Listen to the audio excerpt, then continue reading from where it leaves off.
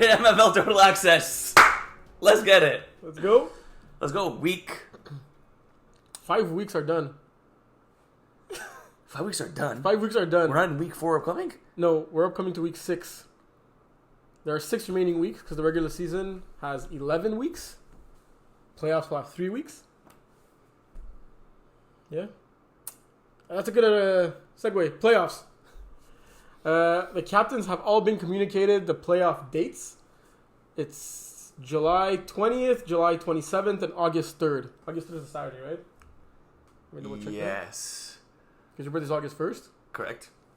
And that's on a... Thursday. Thursday? Judging by what you said. Yeah, August 3rd. So, for the first time ever, we're going to have a finals day. So, on August 3rd, we're going to have 6 finals lined up for you, back to back to back to back to back to back. Only finals that day. On July 27th, it's going to be only semifinals that day. And on July 20th, it's going to be the quarterfinals and the play-ins. So, it's going to be pretty cool playoffs. That's cool. It's like, because we've never had that. No, usually we've condensed everything into 2 weekends. Had teams play 27 games in the same day. Yeah. Players have to choose between 2 games. And that would have been good at the last couple of times. It didn't happen. Forgot about that. That's one of the reasons we communicate the playoff skeleton before the regular season even begins. So there's no excuses. The time of your game is already set in stone. So you basically already know what time you could be possibly playing at, even if you advance up until the finals. We do that. We send it like 3 months in advance. That way there's no like, oh, I'm working, I can't, this, that. People know in advance. Yeah. There's going to be 6 time slots all 3 days. The same 6 time slots we have during the regular season. With the exception, we have sometimes we have some 6 p.m. games, like this upcoming Saturday. Oh, we have There's another... two 6 p.m. games. Okay. Remember I told you before the show, I was surprised for you on air? You did. Because you should be aware of this, but you're probably not. All games at Le Bear this Saturday. Every single one? Every single one. Stop. Only one park, and we're all at Le Bear, like one big happy family. That's the way. I'm sorry. That's what we're going to be doing from now on. No, we're doing it. Basically, it's been set and decided. All captains have received an email. Aren't you captain of Arnold's? Yeah. You got the email, probably. Probably. So, this Saturday, June 8th, Yeah. we will all be at Le Bear. Nice. And then That's where all it's Le at. Bear games have permanently been moved to Darcy McGee for the rest of the regular season. Playoffs are TBD. Wait. So this is the last week of being at Le Bear? Till the playoffs, potentially. Potentially or for sure? Oh, last week that we're for sure going to be at Le Bear during the regular season. Oh, and then we may not even be back for playoffs. We're probably going to be back for playoffs. Hopefully, if we don't play on the Bear for the rest of the regular season, it'll revive. So this is a historic Saturday. Yeah. Damn. Well, like, hey, I was in the mood for I missed my pizza. Yeah, that's I haven't seen my pizza lady in forever. Maybe you should bring your wallet. Yeah, that's true. Thanks, Joey. Yeah, I heard a few folks were upset about not having a show for 2 weeks in a row. Yes. You know what? I like it. I like it.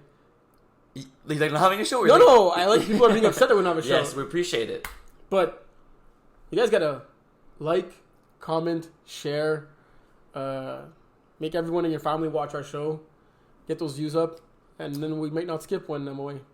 I think we don't realize how many people watch. Yeah. Right, a lot of people watch that we don't know. So we don't know because they don't all comment and like, right? That's what it is. Yeah. Any other important news we got? Let's see. It was split.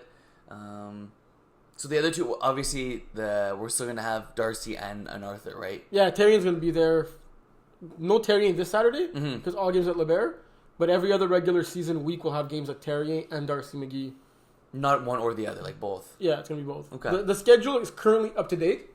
Okay. So since we probably mixed you guys up right now, go look at your schedule. If you see games at Le Bear, at Darcy McGee, at Tarian, everything that's on the schedule right now is correct. Okay. Okay, good to know. Because there was a few things we had to switch after. Like what? Like, you know when it said Darcy, it meant something else. If it said Le Bear, it meant it was like code. No code now. No code. No code. Why would it be code? No, because remember before the games at Le Bear were actually not... But they got changed. Okay, eventually. We just changed it like week by week.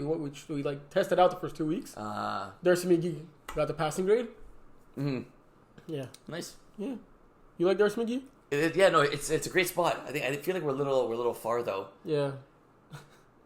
Because I remember I was field 3, and then we had to go, it was scorekeeping, and he had to get pennies, and they was all the way back at field 1. So he went, came back, and then we started the game 12 minutes later. 12 minutes. Well, I mean, to get So 6 you have minutes to there, Terrier just to get go back. to the other. Basically. Yeah. That's good. That's a good field. Yeah. Get this show on the road. For real, eh? Okay. You didn't watch too many games, eh?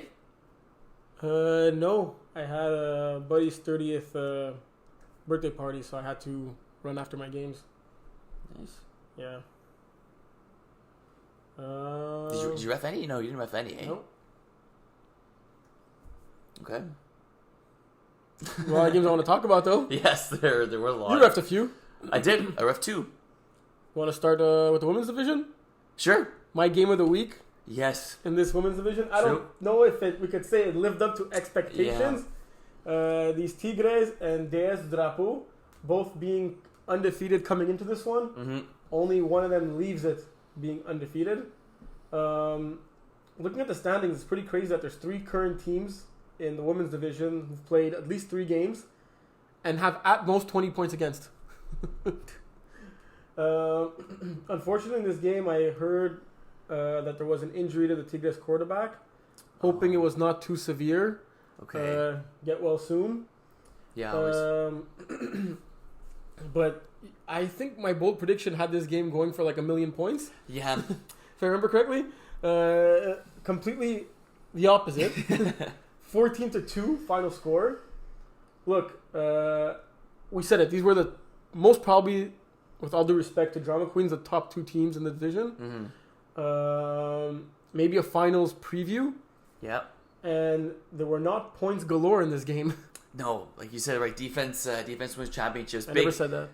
Well, we always say that. But defense wins championships, and of course, big note, like you said, quarterback Tigres, a big blow there. Hopefully, it's not serious. Yeah. So even though DS Drapeau only scored 14 points, they were still able to advance the ball. Viviane with 19 completions, 126 yards, 2 touchdowns, 2 picks. Charlotte Saint-Pierre being the lead chain mover here, mm-hmm. with 10 catches for 46 yards, a touchdown. Florence Léonard being the kind of the deep threat, 5 catches for 63 yards and a touchdown. It's good. But this was definitely a defensive battle. You had Noémie Renaud with 3 sacks, Viviane Plot 2 sacks. You had 4 girls with a pick each, and Caroline, Florence, Daphne, and Elisabeth. We said last week, if your name's Elizabeth, you're automatically getting an interception. True. On the other side of things, you had Karen, who didn't get things going at the quarterback, only completing 3 passes, but she did have a sack and 2 interceptions. Getting things done on the defense side of the ball. Yeah.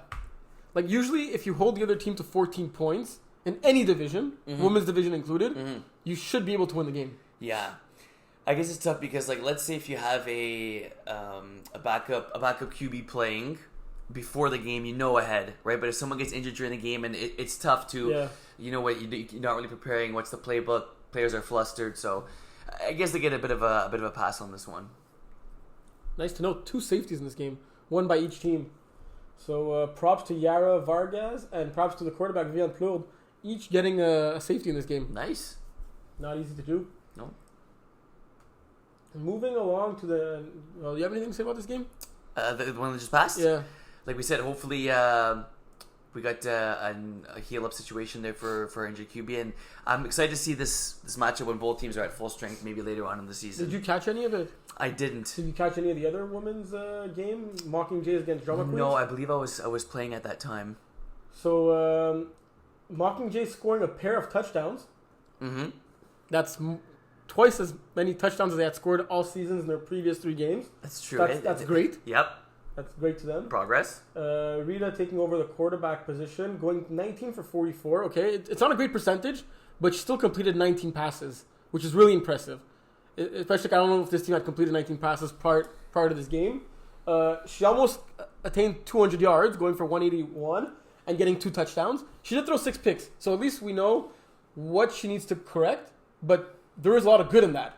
Like on that stat line, like it checked a lot of boxes, right? I mean, just the yards in itself, right? Almost 200 yards there, and you look at almost 10 yards of completion, right? That's pretty good. It's more than moving the ball down the ball on the field, getting your deep shots when it's there. And like you said, you limit the turnovers, and that just comes with the territory, right? Yeah. Like you got to learn certain passes you can't. Sometimes you got to eat it, take a sack. It's not the prettiest thing in the world, but you got to keep the football safe. And great ball distribution by Rita as well. He had 4 receivers with at least 3 catches in this game.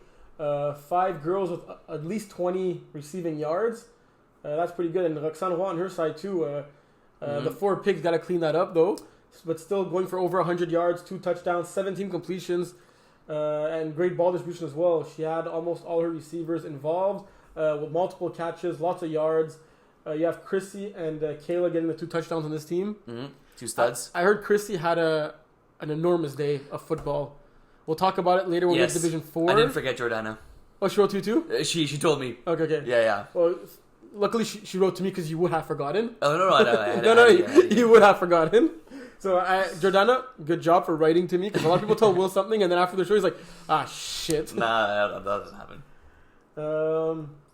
Looking at the defensive stats, you had Rochelle with 2 sacks in this game. Jenna, who's normally a rusher, getting a pick. She could be utilized anywhere. And Roxanne coming up big with 3 picks and a pick 6. She also got a rushing touchdown in this game, so she scored in 3 different ways in this game, which is pretty impressive. I think that gives up forgives the 4 picks on the day. Well, she threw 4, she got 3.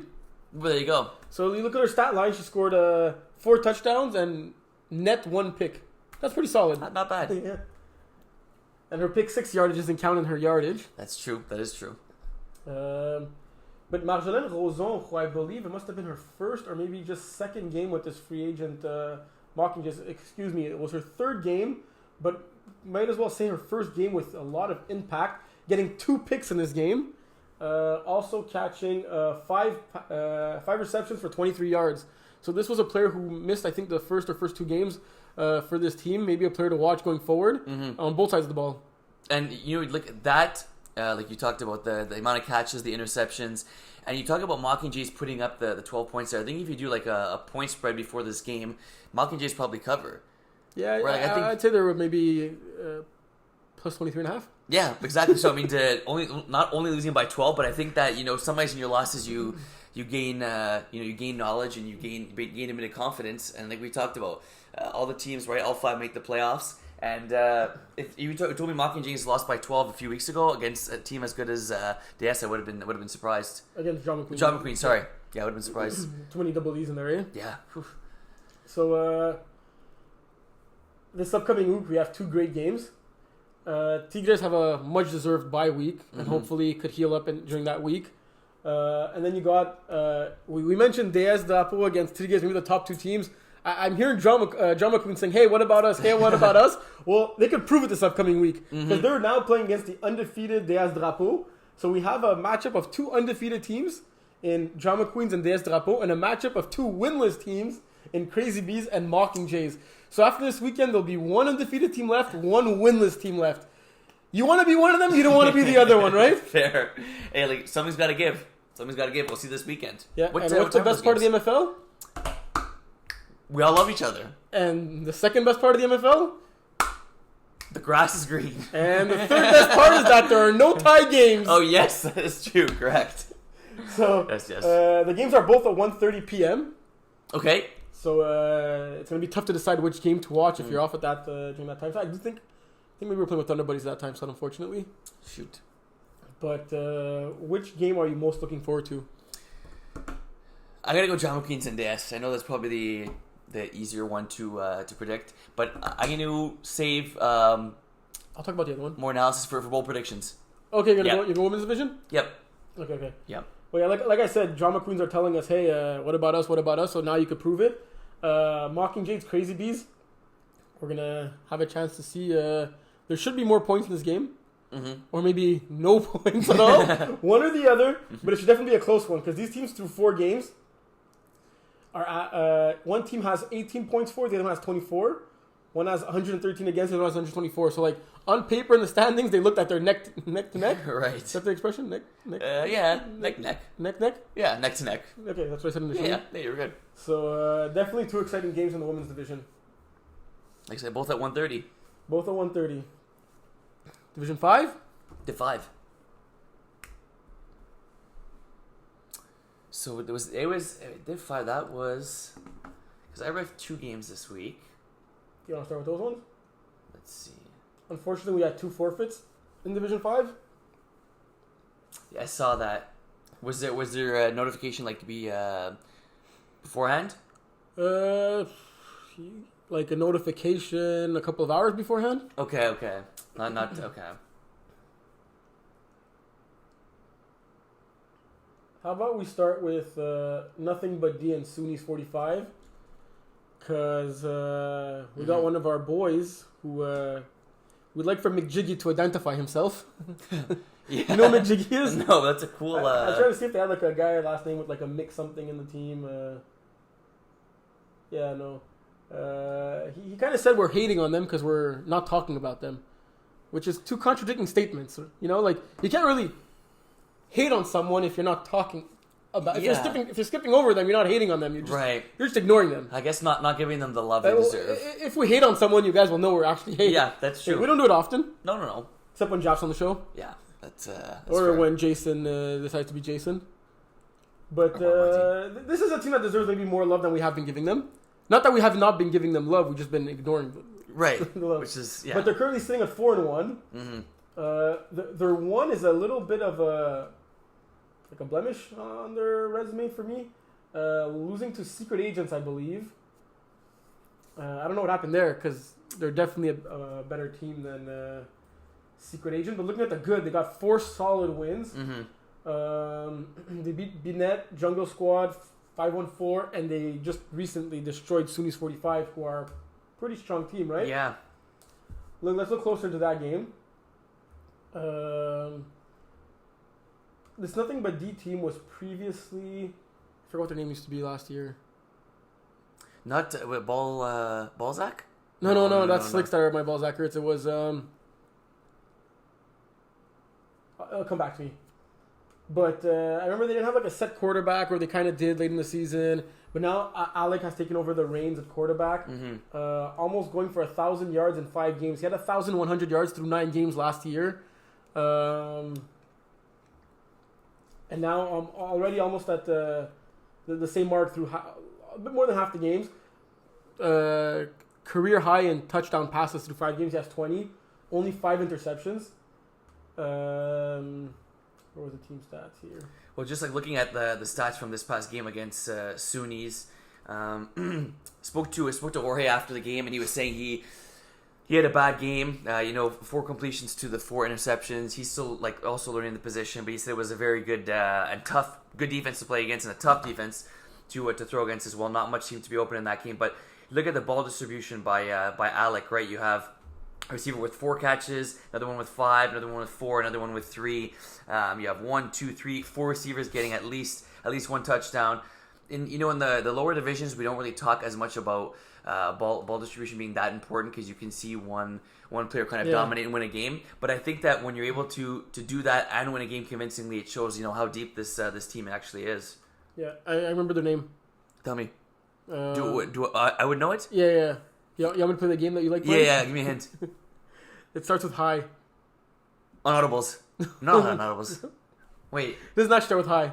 It's like when you call low? Yes. It starts with low. Yeah. Low. How many words? Don't look at my screen. No, I want to promise. How many words, Harry? One other word.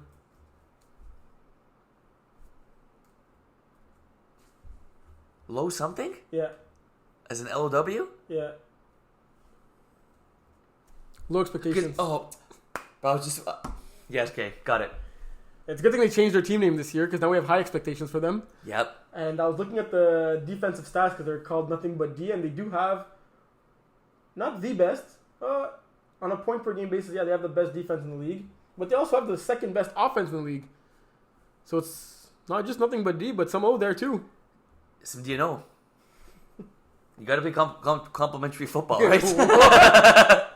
You got to be able to compliment one and the other, right? What? Yeah. That's good stuff on their part. And holy cow, speaking about defense, you have 1, 2, 3, 4, 5 players. My God, that could be a record. We got 5 players getting 1 pick, Terry. In that game? Yeah, SUNY's 45 through 5 picks, and all 5 went to a different player. That's great ball distribution right there. That is great ball distribution. That's complimentary football. Marcel is actually averaging 2 picks a game. He has 10 picks through 5 games. That's not bad. So we'll call a ball hawk right there. A little Willie Power. Hey, respect. But yeah, this team is definitely great on offense, great on defense. On offense, they're led by Marcel and Christopher. I don't know, Giovanni brothers or Giovanni cousins. There's definitely the Giovanni connection in that team, right? But yeah, look at the stats don't lie. Yeah. Marcel has 11 touchdowns and 10 picks through 2 games. That's through 5 games, sorry. Averaging over 2 a game. That's pretty good if you ask most. And their next matchup will be... Oh, they have a bye week, so... And then they're playing against 8 ballers. That's enough about Nothing But D. Which games did you see? I refed Titans and Slot Machine. Mm-hmm. 43-19. So like I've been I don't want to say hating on the Titans, but I expect a little bit more of the Titans. But they're having a great season though. Yeah, they are, and you know this is they played against a good squad here. Sitting at 4-2 right now. Yeah, Titans sitting at 4-2. Slot Machines at 4-0. They played against a good team, and I think Titans, you know, were in it at the beginning. But you know, Robert Gallagher in this game, stats aren't all that impressive. 3 touchdowns, 4 picks. You ever see it like how he throws the ball? Yes. It's like he comes out sideways. Okay. So it's like it looks like it's going to like the different field, and then it like goes right to the receiver. It's actually his pretty receivers impressive. know where it's going? No, but the thing is, I think he messes up the defense. Okay, So that's why it's been working this year. Okay. No, but it's cool mechanics, and no, I was impressed. It was a good ball, but Slot Machine were just a little bit too much for them in this game. You have great players, both male and female on Slot Machine. This is a team that could go far. You have Gab Champagne or Charles Dabé that we know. He was just subbing though at quarterback this game. Oh, was he? He's not on the roster, yeah. Okay. He had a really good game. He was able to dissect the defense, and Titans defense. They made a few plays, but I think it was just a matter of it being a little bit more consistent for them, because they are on the same page and they do talk. They seem to get a little bit frustrated with one another, rightfully so. But I'm not actually too worried. I'm glad I saw this game, because if I would check it in the stats, I'd say, okay, Titans, they lose again. But again, it's only their second loss through 6 no, games. But if you talk about the other seasons, right? Because they're usually a 500 team. Yeah, but they should be better. But anyway, all I have to say, Slot Machine, very solid team. You honestly, you talk about like top to bottom. They really don't have a weakness. Can I put you on the spot? Yeah. If you switch the quarterbacks on this game, who wins the game? It's a good one. I still think Slot Machine. Okay. Yeah. So it wasn't just a quarterback affair. The roster, top to bottom, is really solid. Yeah, I think because like I said, Robert didn't have necessarily the best game statistically, but I don't think he played. There's a few passes he kind of should have ate the ball there and taken a sack. No, but Slot Machine literally ate the ball. Yeah, somebody just got to eat it. It's freaking big ball. It's like a sub, bro. It's like a 12-inch sub. What are you gonna do? I think it's more than 12 inches. That's good. Maybe we'll measure it after. And we heard a lot of I won't call it complaints, but like things about the quarterback sub that Slot Machine did have in this game. Yeah. Was he above and beyond too strong for this division, or was it just like a great game by him and a bad defensive game by Titans? Well, I think it was just he completed 10 balls and ran 7 times, right? So it was he's very quick, and it was tough for. Let's say, for example, if he could only throw, it may have been a little bit different. But even at that, half of his completions were touchdowns. And with his left hand or right hand? Left. Okay. He's a righty? Yeah, he's a righty. Okay. But yeah, no, I'd say he's a little bit strong, but I think the players also helped him out there too. Yeah, he did sub for the team that was sitting at number 1. So like when you have a good supporting cast around you, it does make you look a little bit better. Yeah. What other game? The other game you did was also a Division 5 game? It was. This is another really good game. It was Slicks against Secret Agents. But before moving along, Titans did win 1 game this weekend. True. They had a doubleheader, and they did beat Jungle Squad. True. Yeah, so I don't know if you saw in the comments, but our boy JF was really glad and appreciated the tips. Did he rate you on the side also? No, he didn't. Okay, but he commented in the comment Really? section that he appreciated the tips that we gave him. Nice. And it kind of looks like it maybe would have paid off in this game. It was a weird, fun game. Few impressive things about this game is JF made, I remember checking the stats after the game, and I thought he had 10 to 12 tackles, but he only had 4, because all 4 of them were the exact same. He dove from the other field and just got the flag at the tip of his fingers. Very impressive. Or maybe some of those tackles were after he threw a pick, because they wouldn't count in the stats. True, but I think when he was actually playing defense. I don't know what I had. Boy, Yavar had himself a game on offense. Yeah, he did. Even defensively too, he was good at trying to contain Luka for the most part. Luka did run for 74 yards and 2 TDs. It was a good back and forth game. Do you feel like Luka ran more often or completed more passes? I think he ran more. He ran 12 times, completed 13 passes. Oof, that's incorrect. It was close though. But that's the thing is, even you've always saying it too. A lot Div 5, it's a lot of these quarterbacks running, and that's okay if it works, it works. Because I don't think Luka's a guy either that doesn't trust. I don't think he runs because he doesn't trust his arm, because he does have a good enough arm. But this game, Slicks, like we talked about in the article I wrote that one time. I really like their jerseys. Are the jerseys similar color to their logo? Yeah, it's black with that. Okay. Yeah, Scott Fulton, snapper for this team. Very good leader, organizer, understands the game really well. He could be the most unathletic looking player in the league. Really? Yeah. You look at him and you say, okay, kind of like Smuda? Yeah, I guess. But I think Smuda, you look at him, you say he may know sports. Scott looks like he's just a mathematician, okay, or something like that, or a scientist. But he comes in and he made a sick toe tap catch on the sideline from the sniper position. Nonetheless, yeah. Wow. No, good leader and really good player for this team. How about the Pirate? So is that what? I'm waiting for your question. He had 2 nice picks in this. He's good on both sides. So is what? Is that his real name? I don't know. Okay. But he played a good game. Why would it not be his real name? I don't know, I thought it was a nickname Pirate. But anyways, he played. A super nice guy too. Super chill. Like most guys in the MFL. True. He had 2 picks, both of them in key situations. It's a really good game, back and forth. I don't think you really knew who was going to win this game until Secret Agent scored a touchdown late in the game and then went for 2. So it was actually 31-18. But so you kind of knew who was going to win at that point. Yeah, I'd say with about 8 minutes left, it was kind of tilting towards. It was 19-18. Yeah. For Slicks with 9 minutes remaining in the game. You know what it was? I just think the organization and the cohesiveness of their teams was what kind of pulled Slicks together. Not that Secret Agents weren't organized, but they had a sub. They were only 6 players, and Slicks were there before. They were kind of warming up, and you could tell they were kind of the more prepared of the 2 teams. But it was honestly a really good game.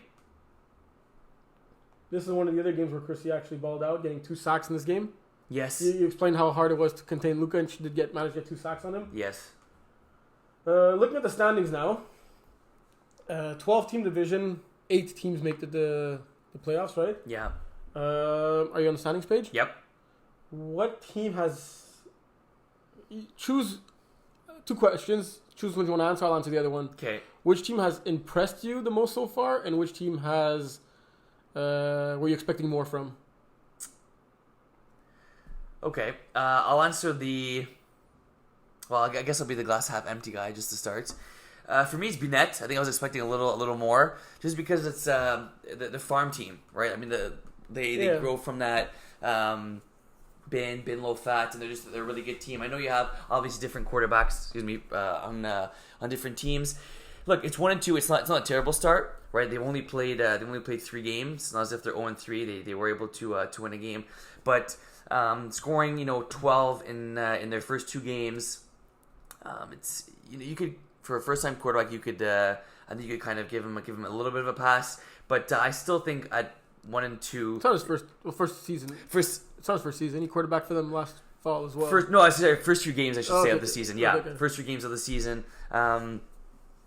you get it. People are a bit rusty coming off, but I think that this team is going to pick it up. But 1 and 2, I think I expected a bit of a better start. For the team that impresses me the most, it's close between Slot Machine and Nothing But D, but I think I'm going to go with Slot Machine given that they're undefeated right now. Mm-hmm. Yes, they had a great sub quarterback at the last game, but even before that, their actual quarterback is a great D5 quarterback in Giovanni. Through 3 games, he has 14 touchdowns and only 3 interceptions, adding a touchdown through the ground, so he's literally averaging 5 touchdowns a game with 1 interception. When you can protect the ball that well in this division and still put up that many points, that's literally a recipe to win a lot of games, which they have been doing so far. And look, this was like a free agent team, I think, 2 seasons ago. Like literally 2 seasons ago. I think spring of last year had probably like I'll even look it up. I'll tell you how much they finished in spring 2023. Obviously not the exact same team, but the core remains the same.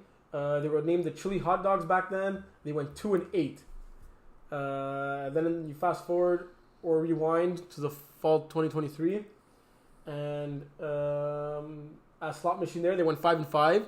So they won 3 more games, and I have them easily winning 3 more games compared to that season. We're finishing at least with 8 wins this season. So that's one team that has been really, really impressive to me. Like I said, after roughing them, it's I think a lot of it you realize, like, similar to when I watched the girls game that a few weeks back, is you tell really the teams that are the more organized and kind of set and know what they're doing. They tend to have the better athletes, but they also connect better. And flag is all about chemistry, with the exception of Binet. Yeah, that is true. Because they might have the most organized team. True. Yeah, with the way we structured Division 5 this year, these are, like, I'd say the teams that are at the top of the standings, or even across the standings, are teams that were kind of at the lower echelon, or at least at most at the 500 range of previous Division 5 standings, and it's cool to see these teams finally, like, break through and have winning seasons. Mm-hmm. Maybe move up to D4 next season. Who knows? Aim for the stars. Yeah. Speaking of D4, what a segue. Nice. Catch any games here? D4 I didn't. No,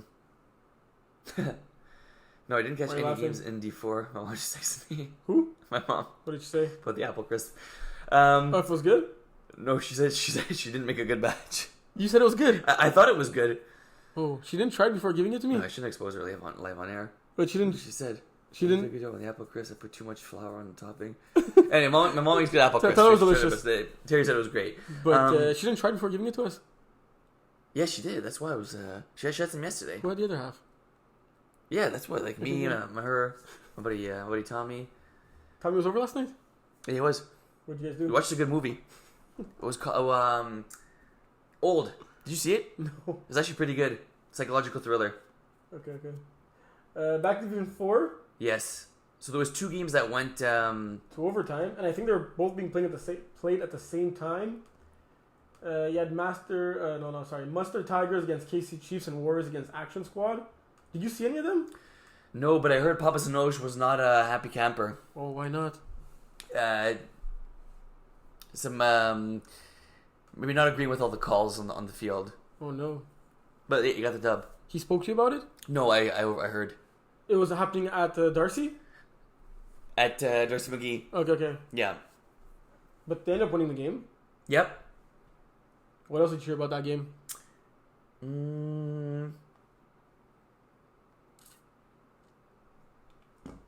That it was an absolute back and forth game, which it was. I think Mustard Tigers were down 6 points. So actually it was a tie game with under a minute to go. KC Chiefs score with 46 seconds remaining to take a 6-point lead. And then Mustard Tigers score with 24 seconds remaining. Took them only 22 seconds to tie the game up. Impressive. Very impressive. And Thomas Jones was a big part of this win. 12 receptions for 97 yards, 2 touchdowns, and a 1-point convert. Getting that the overtime winner as well. Brian going 30 for 45, 250 yards, 5 touchdowns, 3 picks, 2 1-point converts. Pretty insane. Jason had a decent game himself, right? 14 at 29, 191, 4 touchdowns, 1 pick. Ben Denis subbing in this one, being a big part of this offense. 7 for 97 and 3 touchdowns. Yeah. Wow, that's a big chunk of change. Then your boy Kareem, 4 for 82, moving the chains, averaging over 20 yards a completion. There you go. Wow. Jason also making himself known on defense, getting that pick 6. Kareem also with a pick, and Ralph with the other pick in this game. Yeah. I mean, you did like two top teams here, right? You talk about like Jason being able to play. I mean, even Jason to be able to play defense in Division 4 is a big plus for any team, right? A Div 1 defender, and like you said, making it known they're getting his pick 6 in this one. This would be cool. This could be potentially. Well, they're split, right, in terms of conferences. They're in the same conference, though. They are, so they can't play in the conference championship. Okay, yeah, I could see that potentially being a conference championship game. I love seeing these high scoring games in general, but especially in Division 4. Talk about chemistry, quarterback play, and I've been impressed. I know it's Division 4, but still, Jason Edwards, a guy who doesn't usually play quarterback, able to put up points. But I think the NFL Network, the drive of the day. Yeah. I think, like you said, goes to Tigers to tie the game up. Yeah. And much needed win for Tigers, having lost 3 of their previous 3 games coming into this one, getting that much needed win to being they're 500 team right now, sitting at 3-3 in Division 4. A lot of folks thought this team would have been too strong for Division 4. The record says otherwise. We want them we want everyone at 500, right? That's the ideal division. If that ever happens one day where every single team finishes 500, I don't know what John does. I don't know what you do. No, I think like I'm a big proponent of it, but I think John's the one that brainwashed me a bit. But to the everyone has to be 500. Yeah. The other game that went into overtime, Action Squad against Warriors. So Warriors were leading this one at halftime, 7-0, off a pick 6 by Stevens. Then Action Squad scored early in the second half. Warriors scoring to take the lead. And then with 5 minutes left, Action Squad scored, get the convert to tie it up. The 2-point convert, nonetheless. Converts are huge. Yes. And then Action Squad take the win in OT. I love games that go to OT, but games are back and forth, and you learn a lot. You learn a lot when you have, winning in blowouts is, important to show that, you're dominant, and kind of to show your, the top of the top. But what you're able to do in close game and big games, especially OT, says us a lot moving forward. Yeah, Michael being a big part of this Action Squad offense, 5 catches for 83 yards, a 1-point convert. Justin 4 for 40, a touchdown and a 2-point convert. You also have Sandrine getting the other touchdown in this game. Gold dancing around for 29 yards on 7 carries. But he did throw 3 picks, right? We had Anfine Garçon, Stevens Auguste, and José Milen with a pick each. Stevens getting that pick 6, like I mentioned. You also have Olivier Garçon with 3 sacks in this game. So Gold didn't do that much dancing. Maybe he did a lot more of it behind the line of scrimmage. Seems. Justin and Michael on Action Squad's part, each getting a pick. So definitely the 2 main cogs on that team. Yeah, you got a deep. I think both these teams are very deep.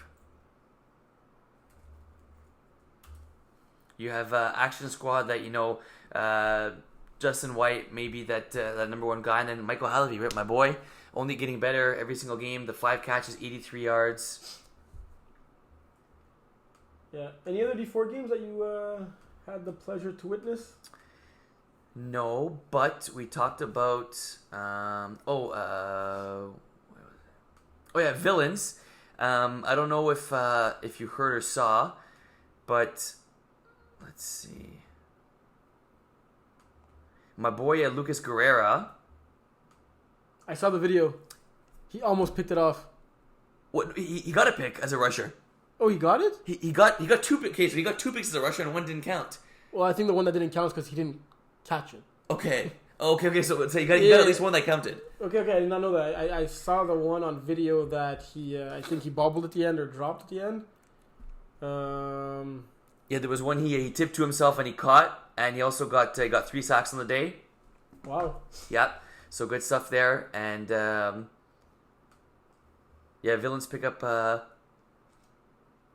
win, and our buddy Patrick O'Reilly going 2 for 2 at the quarterback position, 46 yards. Yeah, I'll tell you what he told me his secret was off air. Okay. Yeah. Very fair. Says just pass it to Jeremy. Works well. I didn't see any of this game, but Phoenix shutting out the Bandits. You know that song, When You're Hot or You're Cold? Oh, yes, and yeah.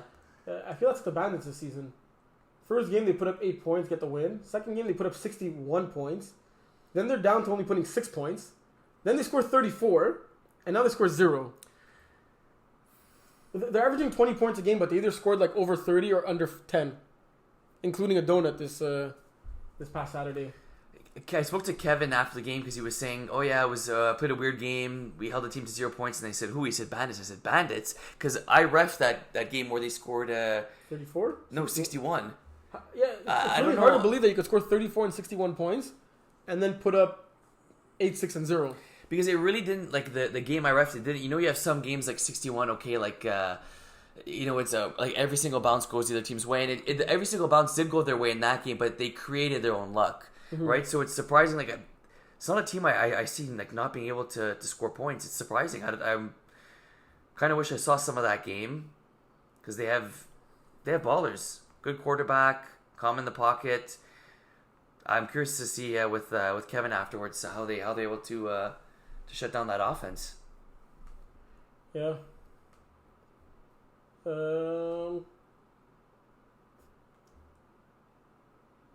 Didn't catch much of this game, but I saw that Sar Peeps kind of annihilated Les Improbables. Mm-hmm. Jocelyn had himself a good day, 15 of 21, over 200 yards, 5 touchdowns, and the most important stat, 0 interceptions. You're going to win a lot of games when you throw 0 interceptions and multiple touchdown passes. 5 touchdown passes to 5 different receivers nonetheless. Yeah. Some tips for this Improbable team? Well, we talk about our buddy Matt, the quarterback position, and he completed 22 passes. Which is pretty impressive. And we make fun of his big playbook, right? Oh, yeah. Maybe I think he cut it down from 32 plays to 29 this season. Oh, okay. So then that. I'm not sure. I mean, you look at this team. It's a good team, right? You got Charles. You got LaRoche. I think LaRoche is snapping, and obviously Matt, who's getting better at the quarterback position every game, and a smart quarterback. It's playing against a good team, right? So maybe you give them a little bit of leeway there. Maybe it is, keeping things a little bit more simple. Yeah. Look, what stands out to me on this team is the football knowledge of a few key members. Like you're talking about Matt, Alex Laroche especially, who's involved, coaches a lot of football, right? Mm-hmm. And even Matt's brother Charles, who has been playing on great teams year in, year out, right? And I feel maybe a lot of the other players have less experience than they do. So when you're lucky enough to be part of a team who has a coach who's coaching like high school ball or senior ball at a high level of competitive flag football, right? Mm-hmm. If I were on that team, even me now with the experience I have, I'd listen to that coach. Yeah. So maybe the tip I could give is to them and the rest of their team, if they're listening, just listen to the coach on the team, right? Like, he's a coach for a reason, right? Like, we all have our day jobs. He also has another job, but like one of his jobs, he coaches football. He's been around football for like almost as much as years you've been alive, if not more. 18 years. Wow. Impressive. So listen to your coaches. Yeah. But it's also good to have like maybe one voice on the team, right? Like when you have too many voices, it's like less is more, they say. Yes, that is true. Yeah, too many chefs in the kitchen. Yeah. Another D4 game that I did not see but I heard of. We all saw on Facebook that gold chain. Yes. Not this gold chain, but another gold chain. It's pretty cool that the Montreal Cessnas are passing the defense. I don't know if it's a defensive gold chain, because usually like in college football it's always like a defensive player of the game that has it, or if it's just like the player of the week or player of the game gets the gold chain. But none other than Christie had the gold chain after this past weekend's game, getting 1 sack, a tackle, PD, and also being all over the place, rushing our boy Nico in that game, causing multiple interceptions. Doesn't always appear in the stat sheet when you're a rusher, but that defense knows the impact that you put on that quarterback. Well, it's huge, right? And somebody's, being the rusher, as a rusher, it kind of sucks you don't always get the stats and the credit for it, but you take a pick over a sack any day. Yeah. And that's why I heard... Unless you're Marvin. Fair. But I heard she had a great day, and I saw the pick too. Brian showed it to me. It was pretty cool. And the what? the picture of the gold chain and what the Svetsnas decided to do with giving the to Player of the Week every week. But defensive affair here, 12-8. A little bit surprised 23 weren't able to put up a few more points. I mean, honestly, for the Cessnas as well. The Cessnas were missing their quarterback. That's true. But 23 have been playing enough football to know how to score more than 8 points in a game. I think I know what it is. They don't want to have that big of a lead because they're scared it might come back and bite them in the, you know what? Yeah. So that's why they limit themselves to single digits. They can't get come back. But like, look, Nico's been playing the game long enough. He's had John on his team. He's had Matt on his team. He's had experienced guys to know what it takes. If you need some plays, write to Will or me or myself. We could help you just simplify the offense. Don't take Matt's playbook. Do not use Matt's playbook. How many plays does John have in his playbook? 1.5. Oh, seriously? Yeah. No, it's like maybe 9 or 10. Okay. Yeah. But he runs the same 3-4 plays? We don't really diversify it that much. Yeah. Less is more. Yeah. A couple of bright spots for them. You had Massimiliano with 2 picks in this game. Mm-hmm. Yeah. But Cessna's first win on the season. It is? Yes, it is. And the winning streak starts now. I didn't see any. They did 4 games. Let's see if there are any cool and exciting games this upcoming weekend.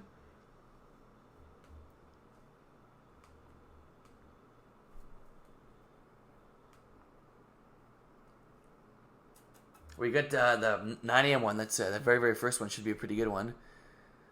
The battle of two, a very likable quarterback against maybe not so much of a likable quarterback. Which one? Phoenix and Improbable. Media team game. Oh, that's why Kevin said. Kevin says a lot of things. Yeah, he said could he pick his team, and then it was complicated, eh? Yeah. I know what the game of the week is going to be. Sour Peeps against Montreal Cessnas. Coach playing against his former team. Well, he never really played on Sour Peeps, but I think he helped build the team. He coached Sour Peeps. That's going to be an interesting one. That will be.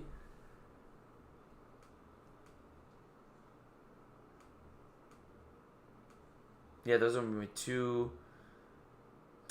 A tough game at 3 o'clock for Legendaries against the Mimosa Crew, but I think it's a game they need. It's a game both teams might need at this point, no? True. Mimosa Crew had won their first game, and they're sitting right now at, where are they in the standings? 2 and 3. Mm-hmm. And Legendaries sitting at 1 and 2. So yeah, Legendaries need this one a tad bit more, but Mimosa Crew had 2-0 start and 0-3 since. So this is a big game for them as well. True. See who gets it. Division 3. Let's go.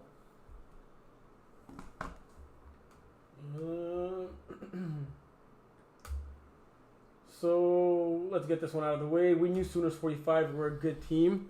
When you talk about a deep roster, I think about this team right now.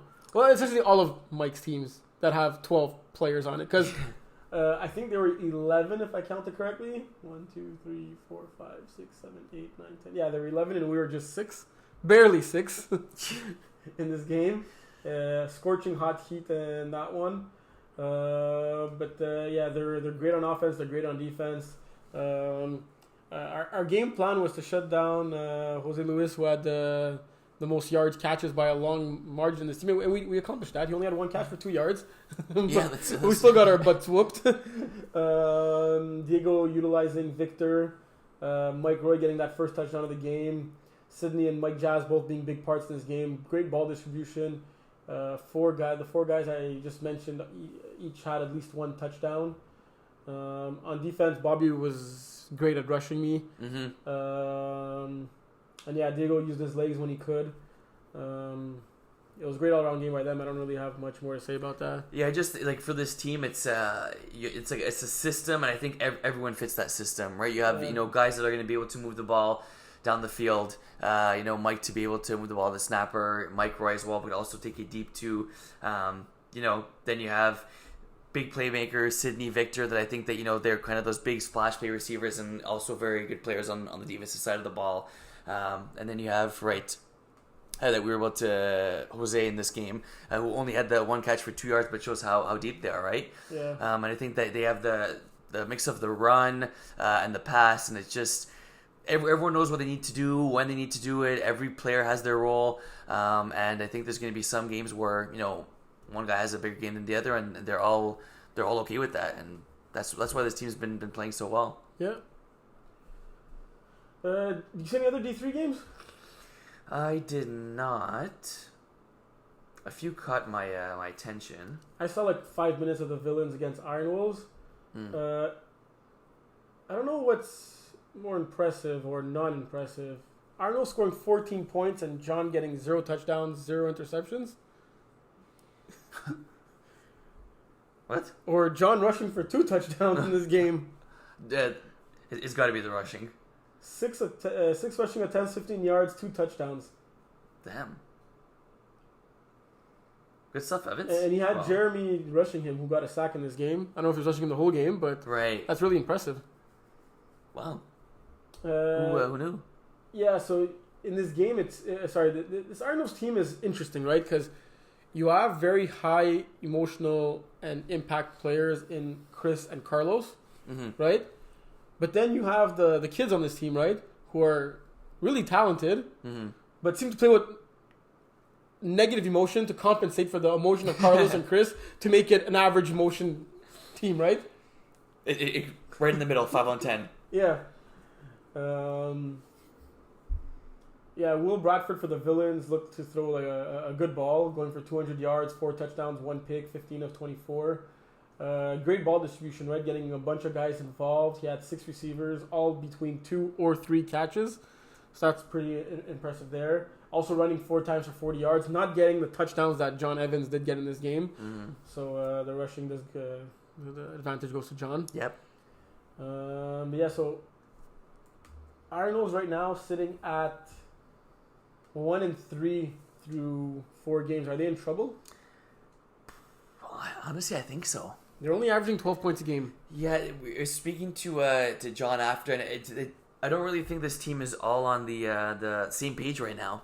And just in terms of there's no butting heads and stuff, but just they're a play here, a play there. Where the team is usually crisp. They haven't been early on in the season, and Div 3 when you're playing against Villains, defending champs, right, and teams that are very good and very competitive. Sometimes that minor mistake could cost them the game. Yeah. Another team that's surprising in the not the good surprising sense. What oof? No, and that's bad. Yeah. Yeah. Ross House?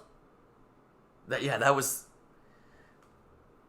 it was a weird game. You saw it? I saw the stats. Yeah, 40-13 by loss to Tigres. Who Tigres seem to be a great team, but still Ross House is supposed to be a great team this season, right? And they're also sitting at 1-4. Sitting at 1-4, but have the 3rd most points for in the league. Just a horrendous defense right now.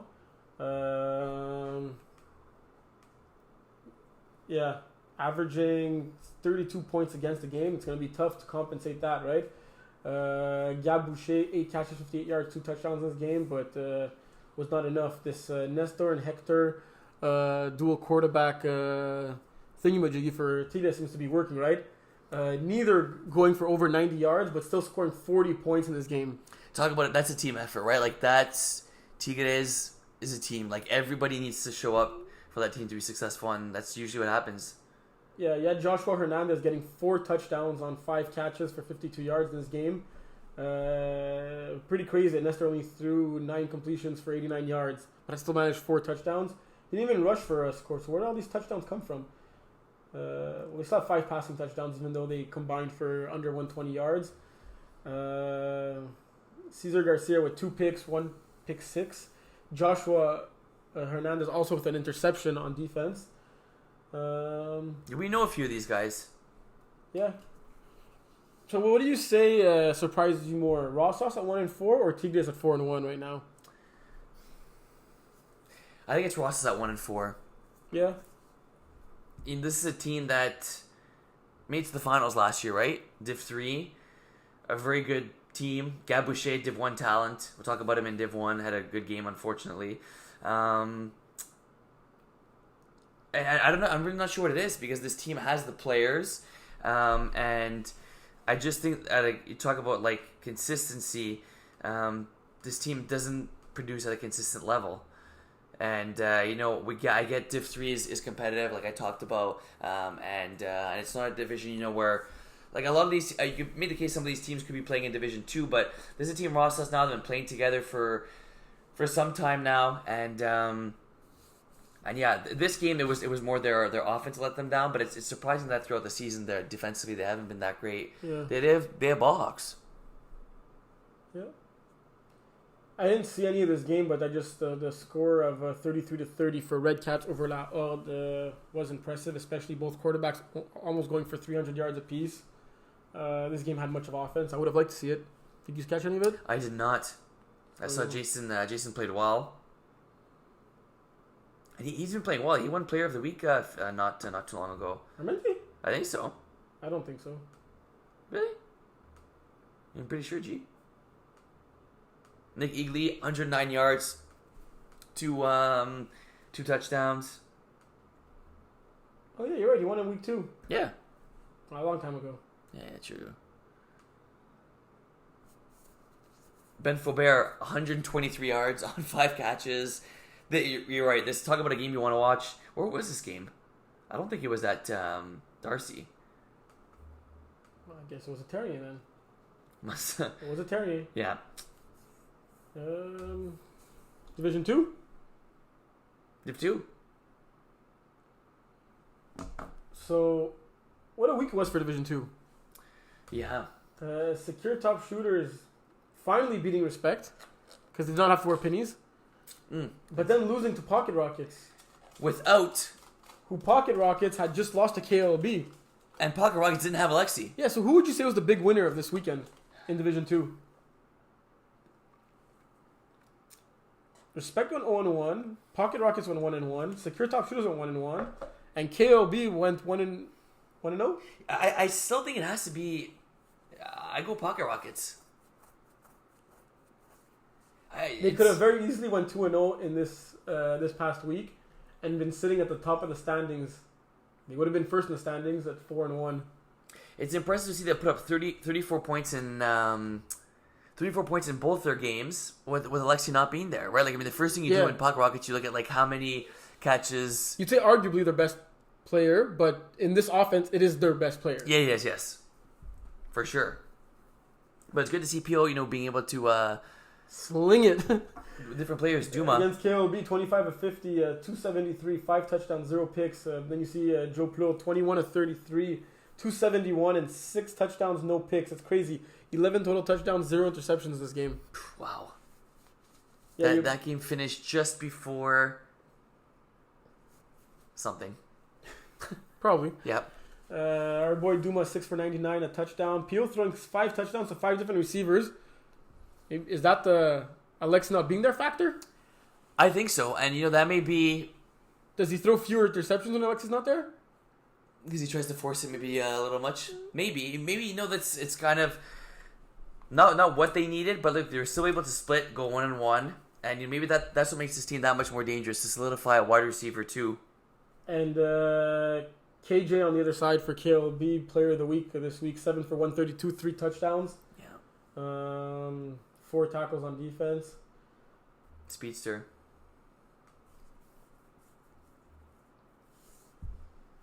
Yeah, Pocket Rockets. And our game secure against Respect. That was pretty one-sided. It was. Secure came out and they from start to finish they stopped us. I believe the first drive of the game, and they were just firing on both sides of the ball. Really secure were. Jamie Rooney having a great game, 7 catches, 113 yards, touchdown. Marvin 2 touchdowns. Mike Jazz 2 touchdowns. Mike Roy had a great game, throwing for 6 touchdowns. He was He also rushed for one. Yeah, he ran for 42 yards in this game. He was a great dual threat quarterback in this game. His legs are really an underrated skill set of his, eh? I think you don't realize it, right? Because he's more of a obviously a guy pocket passer that's gonna. But when need be, he could tuck it and run. Defensively, Marvin getting 2 picks. This was from start to finish, Secure had this game, and I think we didn't play our best game. That played into a little bit as well. Just it wasn't our day, but you got to give credit to them because they had from the beginning of this game to the very end, they played, and Marvin was good leader for these guys. Like the game's not over. Even when they were up double digits in the second half, they played as if they were losing. Energy was good for them in this game. Marvin also scored a rushing touchdown. Yes. Handoff? Yep. Near the end. Near the end of the game. Oh, yeah. It was not like a wild cat formation. It was like Mike actually handed off to Marvin. No, yeah, it was It was what? And then a touchdown. And then you didn't see any of the Secure Top Shooters Pocket Rockets game, eh? No, but I couldn't believe that after Secure, maybe they were too high after the victory against us. That game was at the other field. So looking at the D2 standings now, we know that the regular season, the standings is only for the seeding, and the last regular season game is going to decide who's going to make the playoffs or not. Unless you're in the top 2, you've clinched the playoff spot. Bottom 2 are going to fight for that last playoff spot. Yeah, and KOB, I didn't realize KOB, that was their first win of the season. Yeah, it does not seem like it though, because I feel they've either been very close to winning multiple of their games. Not the first one. They put up 42 points in their second game and still lost. And then they lost by 9 to Secure Top Shooters in the second game. In the third game, sorry. How do you see you see a little bit of movement happening from now until maybe week 8? Well, look, prior to this past week, we thought, I thought, you probably thought it too, but didn't want to say it, that Respect were in a league of their own. But clearly after that 50-24 whooping, it is not the case. Anyone could beat anyone in this division, right? Yes. And like this past week literally showed it to you. KOB's only win came against a team that beat the team that was maybe the best team of this division. I don't know if you followed me there. You had me lost. But there's only 4 teams in this division, so yeah. What was the question? I don't think I answered it. I don't even remember. But it was a good week for D2. Yeah. And only one game this upcoming weekend in D2. KOB can prove themselves playing against that Respect team who are on their first losing streak of the season. And last time we played them, I believe it was, I don't believe it was a shootout. 57-42. Yeah, good game. Aye. But KLB could definitely score that many points, right? Yes. And last but not least, our Division 1. Boy, now I got to talk about another loss? You start with it, get out of the way. 34-20. Bush Boys beating us Iron Wolves. Bush Boys are good. I know they're good. I lost them the week before. You did, losing their first game of the season, but rallying off three straight W's, putting up, they go 38 points, 47, 51, and then 34. This team was, look, I gotta say, this was a hard defense to throw again. I didn't have one of my better games, but there's not many holes in this defense, right? These guys shoot gaps. They when they play man defense, there's not really guys getting a ton of separation. You can say they're not the most sexiest team on the field. Like off the field, yes, maybe, but not on the field. Like you think that like it's a bunch of individuals who play so well together, right? Yes. Like they really impressed me against in that game against Outlaws, and I think they're clearly I think it's not even a discussion right now. They're the team to beat in Division 1. I think it's clear to me right now. Like I know we spoke about it a little bit off air that you might not think they have what it takes to go all the way. Mm-hmm. And if I'd ask you Bush Boys to the field, I think I'd also take the field at this point. But right now, power rankings, the top team in Division 1, I think there's no debate. It's Bush Boys. The power ranking 100%. They're number 1. So you would say they're the favorites? right now, as of today, I don't see how you cannot see their favorites. They just scored 47 against Master Chiefs, 51 against Outlaws, and they beat Iron Wolves by 2 possessions, right? The last one's not the most impressive one, but the 2 before are very impressive. No, even the one against us was they took you sometimes. Well, look, they're playing the defending champs this weekend, right? A-team. Yeah. If they beat A-team, then would you say they're favorites? Yes. Because I think it's tough. Like we talk about the last 2 seasons, we never really said, or I never really said A-team was the favorites, and they ended up winning it both years. Where I think it's hard to not. It was Trolley the half A-team. But this is gonna go a long way, and it's going to be right now. We do power rankings. Bush Boys are definitely number 1. Yeah, and this division is really exciting in the regular season as opposed to Division 2 because only 3 teams make the playoffs. Yeah. I repeat, for those who are not aware, only 3 teams make the playoffs. So 2 very good teams, or 1 very good team is not going to make the playoffs. 1, not 2. There's maybe a team that maybe won't deserve to make the playoffs. Not going to make it. Speaking about making the playoffs, are Master Chiefs in trouble right now? Yeah, they are. I can't believe this team is sitting at 0-3. You saw most of this game, right? I did. Did you come up before halftime? I think it was just before the half. Did you see Marvin's interception in the end zone? No. Okay, so this is a very back and forth game. And I think Master Chiefs even stopped Outlaws once early in the game. They go on the play-by-play. Outlaws scored. Master Chiefs scored. Outlaws got stopped. And so then Master Chiefs had the advantage. And they were driving late in the first half. They were driving late in the first half with a few seconds left in the red zone in a 2-point game. This was in the first half. Yeah. Outlaws up 2 points. Master shoots the ball. A chance to double dip. They could score, get the ball, score, go up 2 possessions. Marvin gets a huge interception in the end zone to end the half. I think that was maybe one of the plays of the game right there. Because throughout the game, I felt that like Master Chiefs had the advantage. Like they stopped us, and we had like even though we were going score for score after that stop, like we were driving and they were like driving very easily. Like we were going to 3rd and 4th down, whereas them it was like a chunk here, a chunk there. Like it was their offense was very, very methodic. Like Vinny going 37 for 47, almost 300 yards. I mean, Steve's stats seem almost identical, but it was one of those games. You saw the second half. I don't know if you didn't know the score and you were seeing the way the teams were driving, did you also get the sense that Master Chiefs maybe had the advantage in that game? Honestly, it really looked tit for tat. Like it looked like both defenses were watching the offense out there. Okay. Like kind of, I think that the pick at the end of the half may have been, I just missed that, but that sounds like it was huge, right? Chance double dip in the red zone too. It was the pick at the end of the half, but it was also the converts in this game because look, Outlaws won by 5. Both teams scored the same amount of touchdowns. It seemed to be that same. Oh yeah, I saw both of Smuda's converts and they looked identical. Yeah, they almost were. And even Max, I believe his looked. You had a catch? Yeah, let's go. I got a first down. Nice. You thought it was an error in the stats? Maybe. Outlaws getting 7 points on converts this game. Master Chiefs scoring 6 touchdowns. I think I spoke about this earlier in the season when they lost a close game, and I think they had no converts in that game. Let me go look quickly. Yeah, when they lost to A-team in overtime, I think that went 0 for 7 in converts that game, right? That was. And remember we spoke about it how they had 7 touchdowns, 0 total converts that game. In this game, they had 6 touchdowns, only getting 1 2-point convert.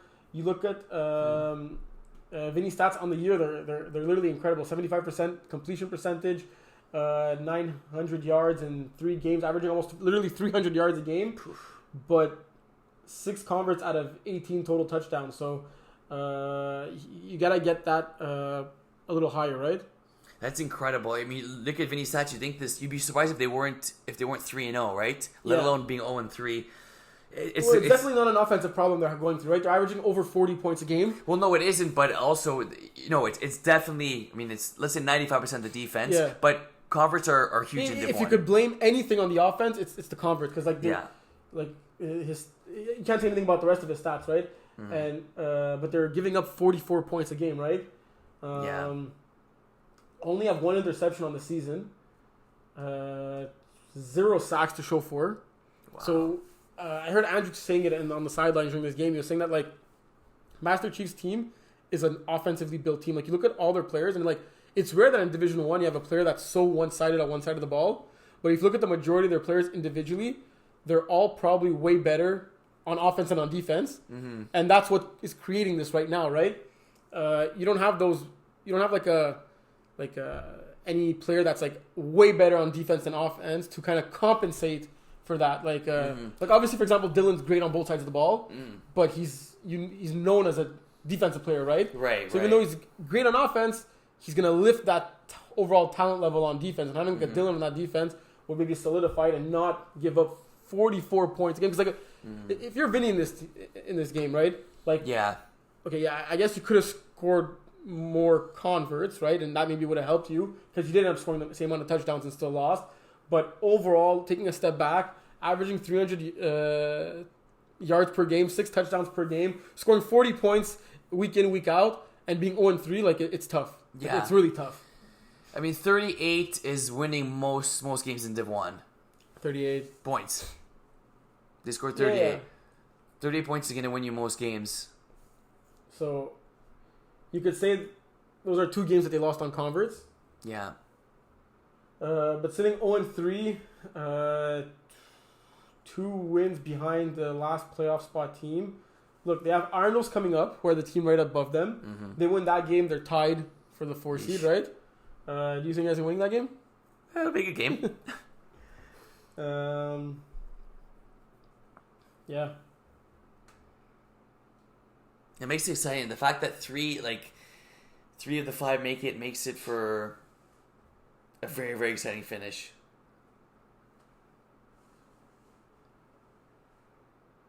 Yeah, and Simon Blais, like, chemistry with this guys has been huge. Everything impressive though, because he hasn't been playing MFL that long, right? No. In the game against Bush Boys, where they lost by 5 points, Vinny had 2 fewer touchdowns than Simon. How did they score that many points? What was that? In their game against Master Chiefs, or Master Chiefs against Bush Boys. Yeah. I guess they got a lot of converts in that game. 1, 2, 3, 4, 5, 6, 8. They had 6 points worth of converts in that game. Who was that? Master Chiefs. They scored all their converts in the same game. They didn't keep them for the other games. 5 times 6, 30, 36. There's another touchdown missing here somewhere. Let's see. Well, if I had to ask you this question right now, I'm half listening, but try. Are the Master Chiefs going to make the playoffs? You had to give a yes or no answer. I've given a yes or no answer? Yeah. Hold on, I tried to take a note or something. It's tough too because like they're 0-3 with so few teams in the division, they lose most of the tie breaks, right?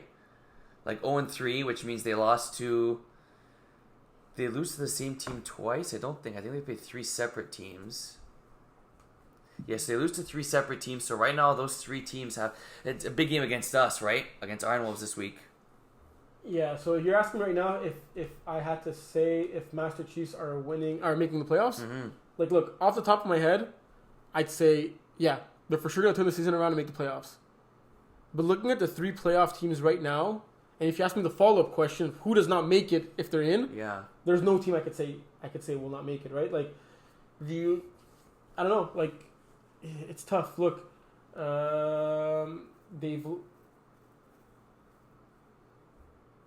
already lost to A-Team, like you said, but they're still playing A-Team twice. Yeah. So if they could beat A-Team twice, A-Team also plays Outlaws twice. So like, look, they're not in that bad of a position. Like mathematically, they're still like alive and well. Like there's no stress at all. Like it's not as if the top 2 teams are sitting at 3-0 right now, right?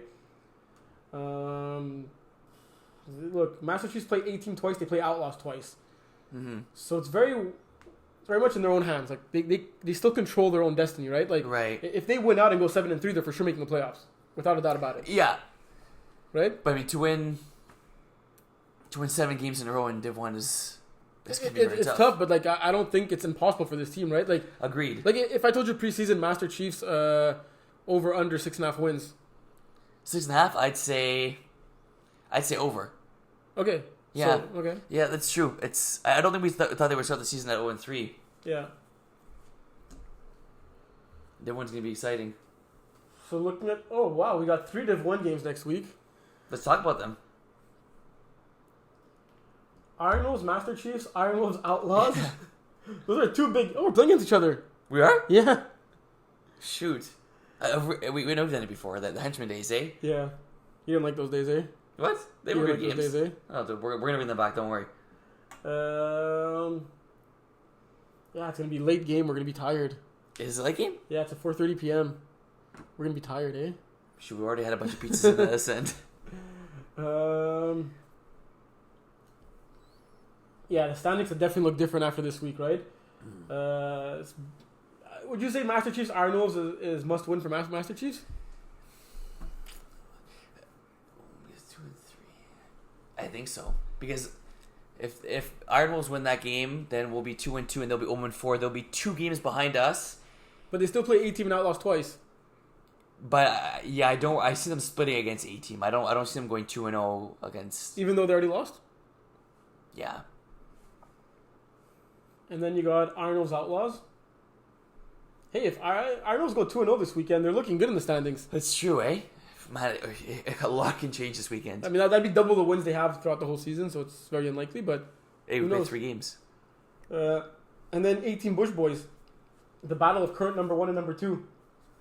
Exciting stuff in D1. Like, 18 did not play this past weekend, so we kind of forgot about them. And we're saying Bush Boys are the team to beat, are the favorites, and then 18, we know they're saying, no. Well, they could very well go out and prove it, right? And we know that Bush Boys are the team that gave 18 probably the most trouble last year. True. Right? True. Well, that's going to be fun. It will be. Is that it for today? BPs. Yeah, BPs. So, bold predictions. Before we get bold predictions, a simple reminder, all games at LeBaire this Saturday. Check your schedule. Yes. Schedule is up to date for all the games. Bold predictions. You want to go first? Sure. Like I said, I'm going women's division. Mm-hmm. I am going Drama Queen against DDD. Let's see here. What time is this game? Like 1:30 p.m. 1:30. Okay, so they would have all had their lunch. Okay, games at LeBaire 1:30. Oh shoot, 1:30. I think I'm playing at 1:30. It would have been cool to catch some of that game. It's the first time they play. They play against each other too, eh? If they're both undefeated, yes. Yeah, and they are both undefeated, like we know. Okay, I'm gonna go. We've seen a lot of picks right throughout the season. In this game, there will be 0 picks thrown by one quarterback. Okay. 0 by the other. Okay. Each quarterback will throw for at least 6 passing touchdowns. I like it. Each quarterback. And I like even more because my bold prediction is going to contradict yours. So we'll see who's right. Okay. I'm sticking to this division. Okay. I'm going Mockingjays and Crazy Bees. I say that, obviously now we're looking at this division. We have like the topper echelon of teams in Drama Queens and the S Drapeau. And then you're going to have the lower echelon teams, Mockingjays and Crazy Bees, fighting for their first win coming on week 6, right? Yep. The good thing about it is that one of these 2 teams is going to get their first win. It's been 5 weeks. They're trying, and one of them is going to come out victorious in this one, hopefully. Yeah. Yeah.